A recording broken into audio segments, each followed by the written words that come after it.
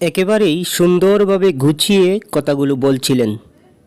দেখুন, যে বিস্কিট আমরা 400 থেকে 500 টাকায় কেজি কিনে খাই, সেই বিস্কিটগুলো ও বিক্রি করছে মাত্র 140 টাকা কেজি।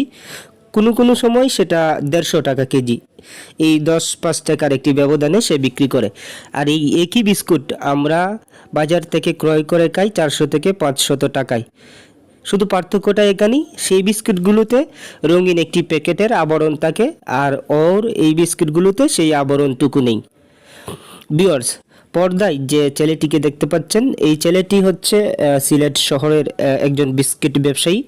আমি ওকে প্রথমেই জিজ্ঞেস করেছিলাম যে এই বিস্কিট বিক্রি করে তোমার ঠিক মাসে কত টাকা আয় হয়। তখন সে একেবারেই সহজ সরল ভাষায় বলছিল আমাকে যে সব খরচ বাদ দিয়ে তার প্রায় 20,000 টাকার মতো এখানে সেভ হয়।